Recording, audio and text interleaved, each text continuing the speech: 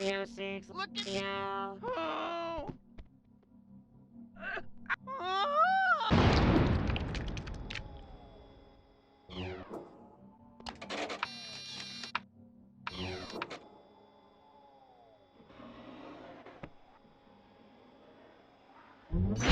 Music. Look at you. That's my house you're trashing.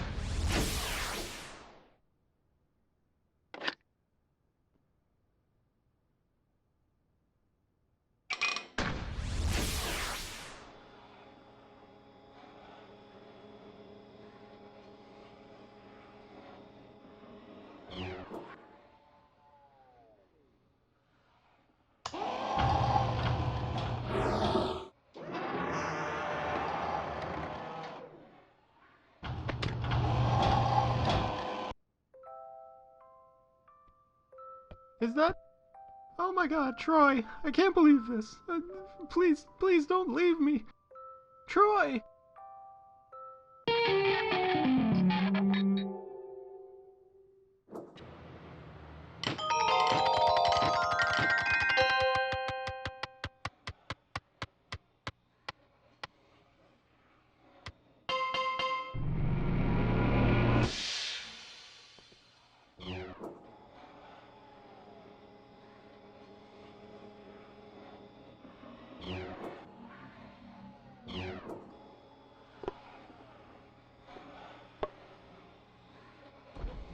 Hey, listen, I don't care. You can drink as much as you want. Just drive responsibly.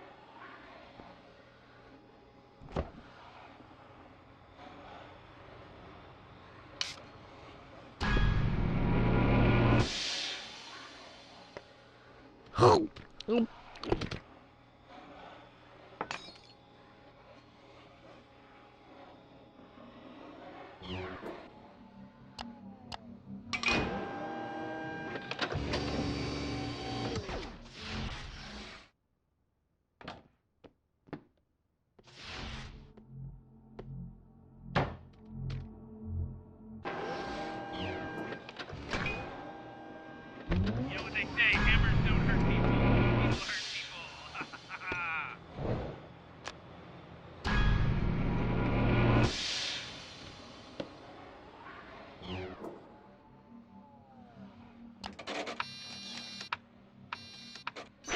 Music. Look at you. Oh.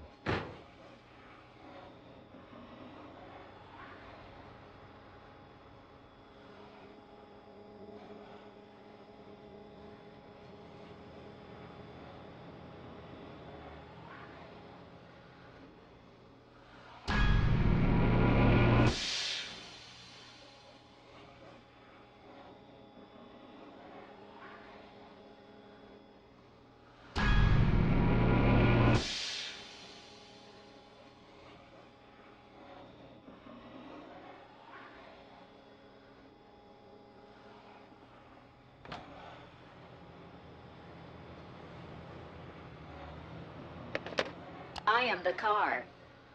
I made a mixtape too. Your mixtape sucks. Mine is better.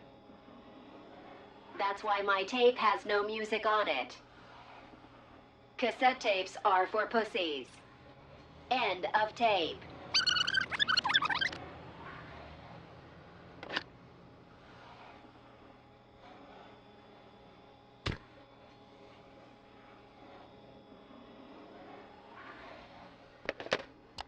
Yeah, Morty, you know, the nice thing about ice cream is that it's ice cold. It's cold on your tongue, it's delicious, and sort of just slimes down the back of your throat. Yeah, you know, ice cream is... I'm definitely open for the ice cream choice. I mean, if I had to pick a choice, it would be for ice cream.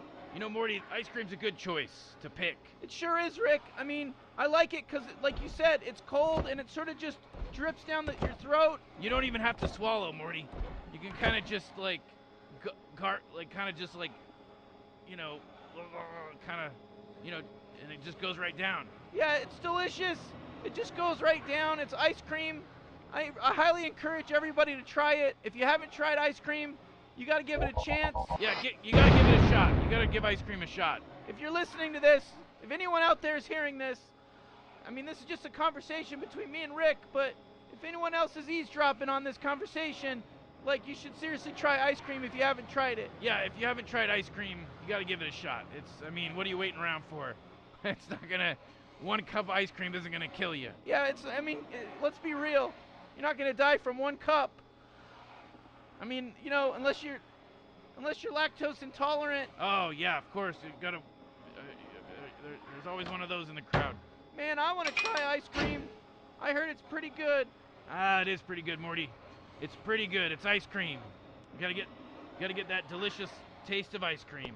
Man, the delicious taste of ice cream. That'd be a good slogan for the Ice Cream Corporation. Ah, Morty, the Ice Cream Corporation.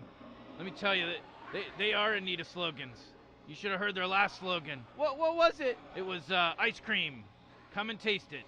Slips down your throat. Wow, that's kind of, I don't know. That's not too bad a slogan, Rick. Well, maybe it's not so bad. You're right. It's not too bad. I got a good slogan for them. Ice cream. Get your ice cream here. Step right up. Huh, that's a pretty good slogan. It's got a nice bell to it. It's got a nice ring to it, I meant. Hey, Rick. We should start an ice cream company. That's a good idea, Morty. I'd be honored to start an ice cream company with you, Morty. Yeah, Rick, I'd start an ice cream company with you, you old son of a bitch. Shut your mouth, Morty, you little piece of F. You little piece of S. We're gonna start an ice cream corporation, Morty. We're gonna take over the entire ice cream corporations of all of them. Man, we're gonna take over a whole icecreamcorporation.com. Freaking ice cream. Morty, we're gonna make so much ice cream, we're gonna drown the whole world in ice cream. I'm gonna take a big ice cream all over somebody's face. Whoa, Morty, whoa. That's not cool. I don't know what you're implying with that phrase, the way you phrased that. I don't know, it's just, I meant like, you know, you put ice cream in your mouth, your mouth's on your face, and I figured that was kind of, you know. Oh, okay, I'm sorry. Say no more. I apologize.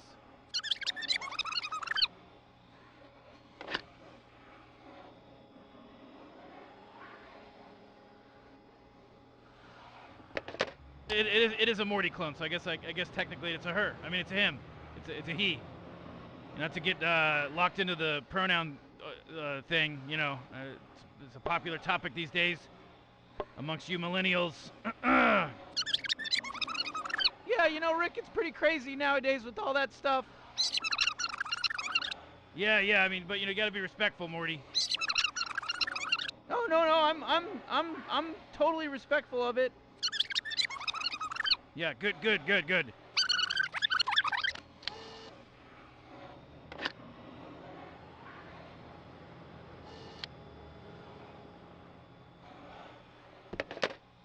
Morty, where did you get bear spray? Dad bought it for me. He said a scout is always prepared. You're not a Boy Scout, and there are no bears in the suburbs. Not that you know of, Mom. That's why I have to be prepared. I hope someone smarter than you finds your naivete remotely attractive. Jerry legitimately tried to tell me Dad is trying to poison him with fluoride in the water. I told him there's always been fluoride in the water. He tried to convince me that the conspiracy went all the way to the top. I'm going to work, Jerry. Maybe you could see about cleaning some damn dishes in addition to your busy word search schedule. Jerry, a sex tape isn't going to save our marriage. And that's not a video camera, it's a tape recorder. Dad won't buy me tampons. He said I don't need them and I can just hold it in. Your father's an idiot. Get in the car. I work all day putting organs back into horses. It would be nice if I could come home to a vacuumed house. Just once. Just once, Jerry!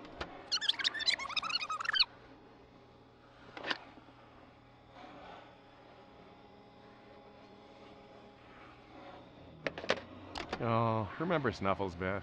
I liked having a dog around. No, you didn't. You tried to make it smart, and now all the dogs have left. The way I remember it, I gave them purpose. They should make me their king. Dad, they were perfectly happy before you made them smart. You weren't doing it to help. You just wanted Snowball to not pee on the carpet. Ugh, Morty, we are fighting an uphill battle.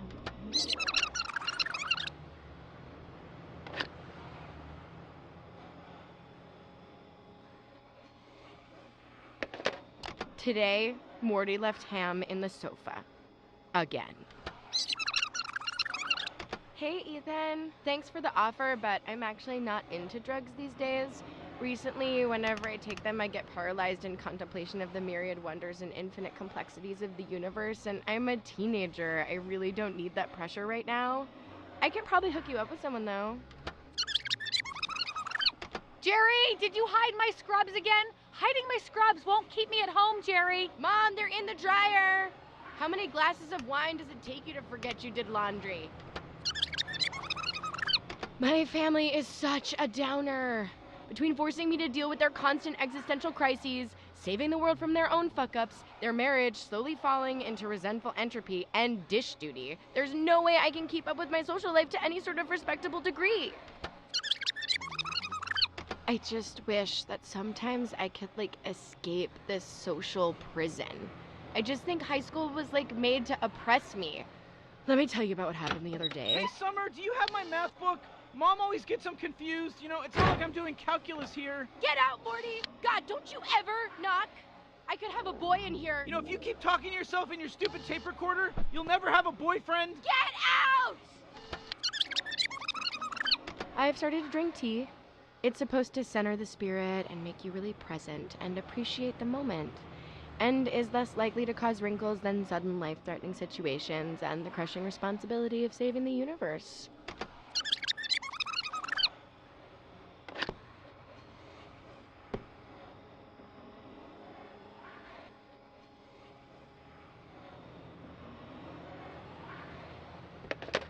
Squim Squam Radio.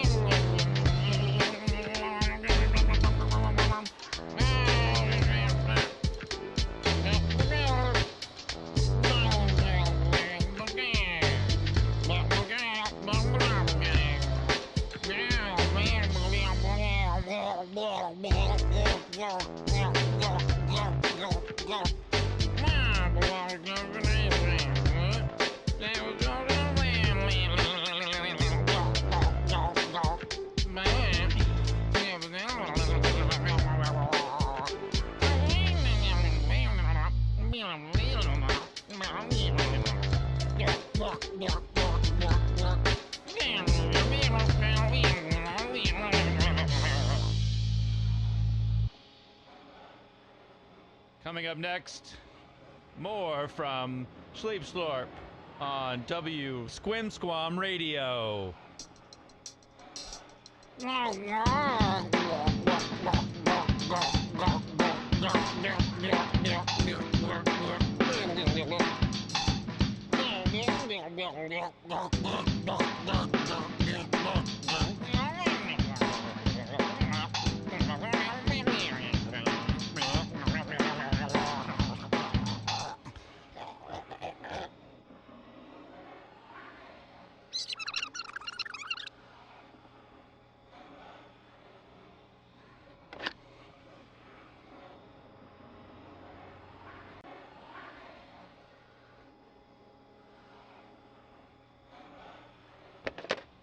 Keep playing this game.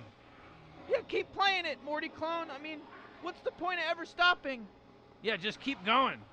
I mean, why do you even bother to quit? Why would you ever even stop the game? I mean, what if when you stop the game, you stop your life? Oh my God! Don't even say that, Rick. I'm superstitious. You know, like, what if that's true? Yeah, what if it is true? What if when you stop the game, like your heart just stops and you drop dead? Oh man, Rick, you're freaking me out over here. You know what I mean? That's freaking me out. Like, I'm superstitious over here. Yeah, Morty. Me too. And now I'm worried for Clone Morty. Oh man, I'm worried for Clone Morty too. Because if he even takes that headset off, he's gonna drop like a fly. Oh man, they're dropping like flies around here, Morty. I mean, as soon as they take that headset off, what if they drop like a fly? Oh man, you're telling me. That's some scary stuff, Rick. I'm superstitious and scared now. It's like the Slender Man, or, you know, it's like, you know, one of those old internet things, whatever. Yeah, it's like one of those old creepy things, you know? Ooh, too creepy, scary. If you take the headset off, you're gonna die. Every click is a prayer. All right, see you later, Morty Clone. Don't fuck with my shit. See you later, Morty Clone. We're gonna go get some ice cream and start an ice cream company. Look out for the sequel to this game, Rick and Morty's Ice Cream Emporium in VR. That's right. Our sequel is gonna be a cool ice cream based, like game. Yeah, it's gonna be like, one of those time management games. That's right, Morty, and it'll be a business game. Yeah, grow your ice cream empire with Rick and Morty. Ice cream VR.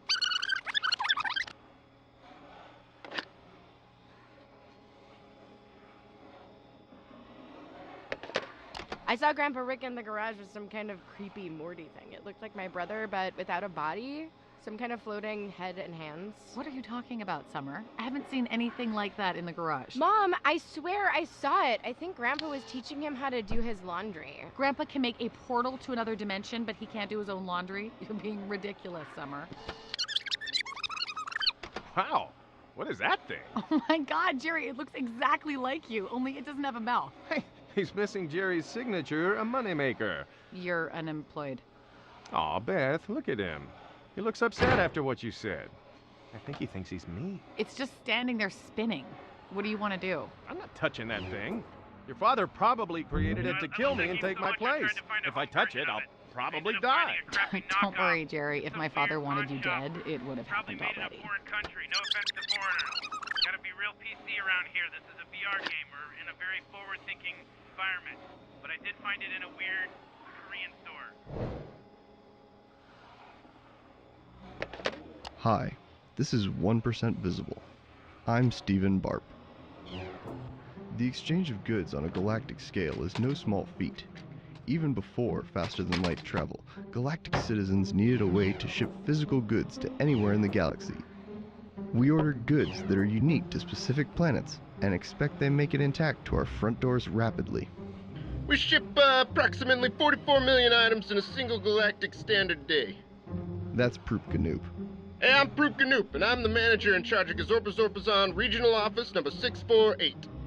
Proop manages just one of the thousands of Gazorpazorpazon's regional distribution centers speckled across the galaxy.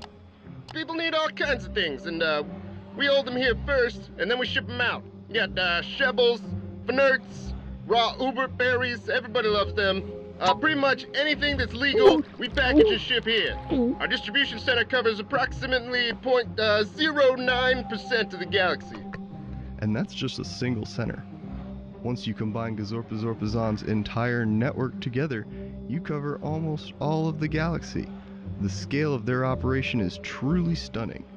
I mean, not everyone has a home teleportation device to receive their packages. Those things have to be put in a stable location, have some significant power demands, but for many of our customers, we rely on the Courier Flap network. Before Gazorpazorpazon, there was the Courier Flap network. Genetically engineered, half-organic, half-automatons who helped citizens of the Galactic Federation ship their packages ever since the service was founded over 400 years ago. I was sitting in my back porch in Wopopolis one night, as the sun sank in the Crimson Nebula, and I jumped out of my chair and, shrieked at my husband. The Courier Flaps created the Galactic Federation. That's Crepoli Sarant, a historian who wrote a book titled How We Flapped Our Way to a Galactic Federation. I knew I had to write a book once the idea came to me. The first Courier Flaps were crude devices. The early Federation did not have a way to ship goods and equipment to outlying territories. The government wanted to be able to pass information to new colonies, but without a stable, unoccupied method of transport, they couldn't deliver terminals to outlying territories. It was the motivation to connect the furthest out colonies to the galactic internet that drove the creation of the Courier Flaps. Originally, the flaps were supposed to be machines, but new colonies wanted more than just a digital connection to the government. They wanted goods from other worlds. Without the flaps' organic parts, it made it much harder to contain goods with specific environmental needs. It was only through careful thought that the designers of the flaps were able to create something that could adapt itself to best fit the cargo. Once they had the basic design down, the Federation manufactured millions of the flaps. They would first deliver the basic necessities to get connected back to the galactic government. As the Courier Flaps began to saturate the galaxy, the design was honed and changed. Here you can see an image of the original designs. These things were handcrafted, each with a single category of good they were certified to carry. As time passed, the Federation was able to combine the needs of each different type of flap into a single universal flap. It was a huge cost savings to the government. They were now able to update the technology of the galaxy and provide a network for citizens to exchange physical items at a relatively cheap cost. Before the Courier Flaps, galactic citizens relied on cargo shipments from expensive commercial carriers. These were cost prohibitive, so only the wealthy were able to ship things via this method. Once anyone could afford to ship packages, it changed the way the galaxy communicated. We went from being a set of different tribes based on our home solar systems to being a cohesive unit, a quilt of civilizations stitched together with the flesh and ooze of the flaps. The Courier Flaps also had the unintended effect of putting a face on an otherwise immense faceless bureaucracy. I just feel connected to my Courier Flaps. That's Sally Glorant, a galactic citizen who has created a site where she catalogs her interactions with the flaps. I started it about 5 years ago. You can see them all on my website. As they age, they get distinct markings, and their voices mature and become unique. She even names each of the flaps she meets. There's Stefan, and that glum-looking one is Ivane. Oh, and this chipper flap is Cork Jr. The Courier Flaps have helped connect us through the consumption of goods. Whether or not you think they have been the linchpin of the Galactic Federation, I think we can all agree that they have had a lasting effect on our lives. Hearing them croak out their delivery notification is a song that binds all of us together. 1% Visible was recorded this week by Mon and Catherine. It was produced by me, Stephen Barp, and recorded on Galactic Radio Avenue in beautiful downtown Oldland. This week, 1% Visible is brought to you by Needful. They are an internet company that I feel truly exemplifies good design. Use code D3V1L at checkout to get 50% off your first purchase. 1% Visible is distributed by GPX, the Galactic Public Radio Experience.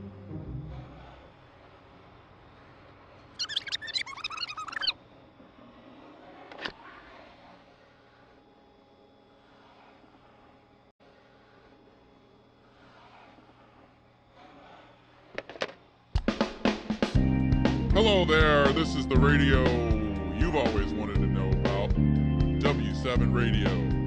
We're talking crazy news tonight. There was a wonderful spill in the spill zone. That's where all the spills go. Spill Johnson's on the scene. Hey, what's up? I'm Spill Johnson. I'm on the scene. There's a crazy spill here. Let's talk to some of the spills. What did you think of the spill? Well, it's just a spill, but I tell you, there's a lot of spills around here. I'm a spill too. Back to you in the studio, Spill. Thank you, Spill. I'm in the studio and I'm just a regular old Spill.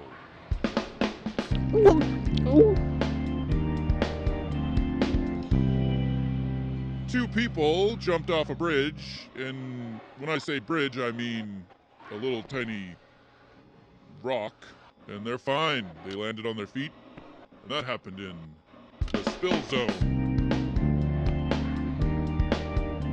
Don't spill in the spill zone. Hey, I'm here talking to my friend, Mr. Death Scream. How you doing, Mr. Death Scream? Oh, well, that's pretty funny and good to hear. We got a wonderful show for you today. Me and Death Scream are going to be talking about all kinds of things about, stars and space and all that kind of stuff. Isn't that right? Oh, well, that's a good point. And now, let's go to some commercials. Honey, I'm home. Oh, sweetie. Oh, I can't believe you're home. Oh, my God. No, I'm not really home. It's just a hologram of me. You're going to die here forever. Oh, oh.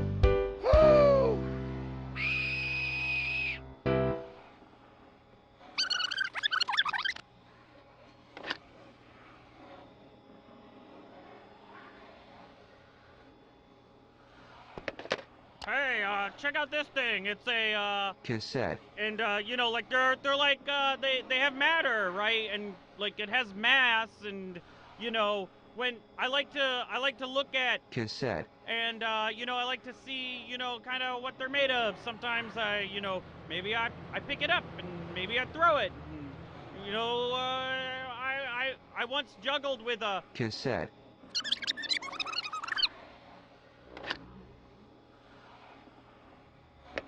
Hey, I love playing with cassette. It's so useful. It's incredible. You can do so many exciting things with the cassette.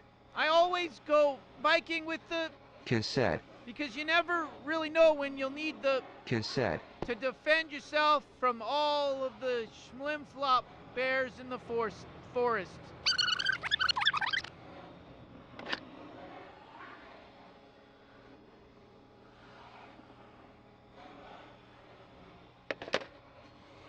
Oh, you did that then. You just combined some tapes.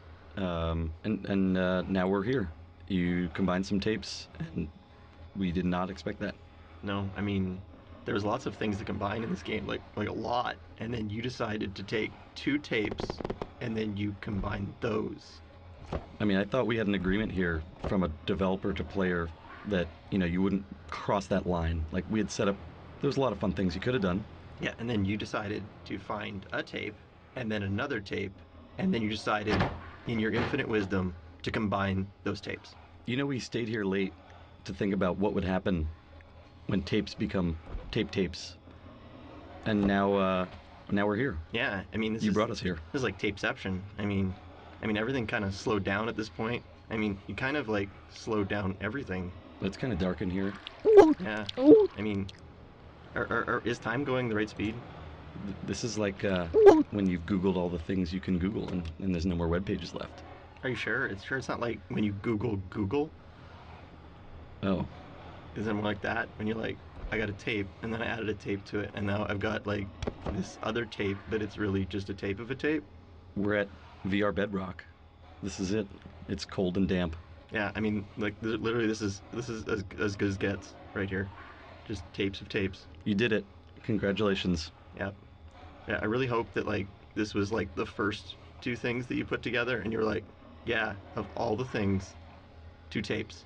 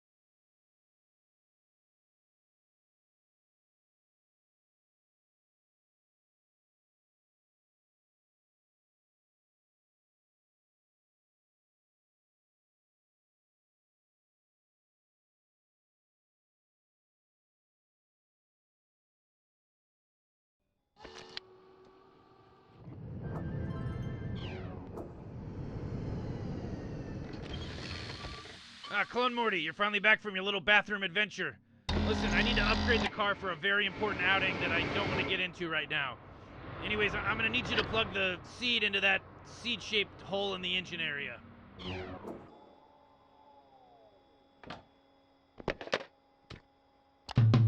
And I'm an alien with jazz rap style. Jazz rapping for an alien mile. Fat beats and an alien smile. Jazz space phone alien dial is my friend. I got a mouthful of jazz for your ass, and I'm gonna do some jazz in your class.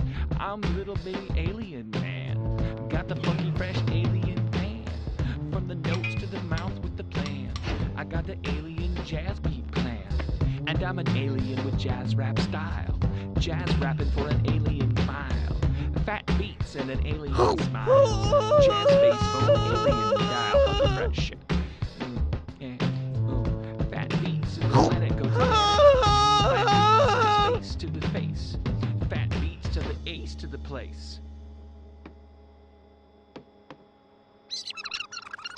Blue, yo, you gotta be aware of blue. Up in the air. I'ma give you a shot, make blue go away. Blue hating rapper, just rapping away. Yo, blue hating rapper. It's a blue hating rap. Hey, blue hating rap. First you step to the left, then you step to the right, and your chin is clapped. If you don't have the blue, then don't bother listening. The blue snot is listening all around us. I'm a blue hating rapper. Go to the crapper when the poop comes out like liquid that means you got the flu. So then, what do? You go to the doctor, you get a shot. Actually, it's too late at that point. This is about flu awareness. Gotta be aware of the flu in the airness. Yo, I'm a flu hating rapper. My name is MC Hats. MC Hats. MC Hats. I'm a flu hating rapper.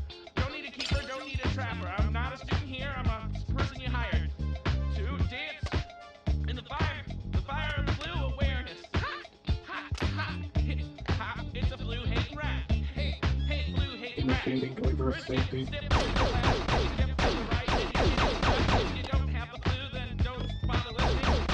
The blue snot is listening all around us. I'm a blue hating rapper.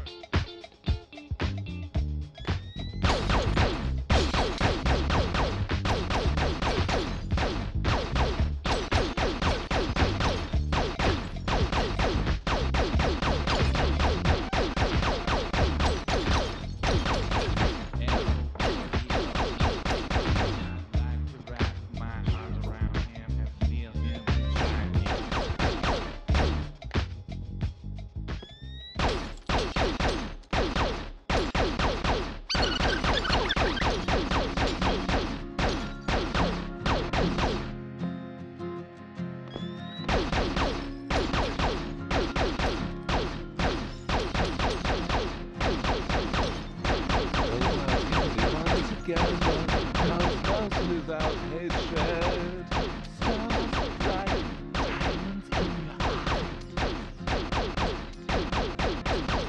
The ground can be space. With feet marching towards a peaceful sky. All the moonmen want things their way, but we make sure they see the sun.